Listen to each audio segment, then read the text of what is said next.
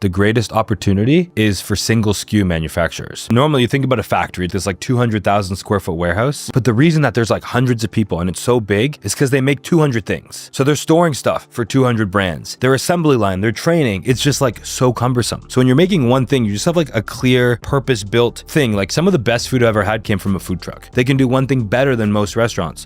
So by just having one product, we're able to get so good at the other stuff. Well, my first take is that with a lot of things, whether it's investing or whatever, there's concentration risk when you only have one product. And that can be good, but it can also be really bad. Generally speaking, is that the more concentrated you are, whether it's in one product or one customer or whatever, at ends of the spectrum. So it's either a huge success or it's a huge failure. If you have more diversification, then probably less likely to hit a home run, but also you're probably less likely to have a dumpster fire or go out of business or whatever. The other thing that I would think about is that for a consumer good, it might be okay just to have one product. But whenever it's B2B scenarios, what we found is that you typically want to be more valuable to your customer so that they go to you more, and thus makes it harder for them to find a supplier that can replace you. If you're only supplying one singular product to a customer,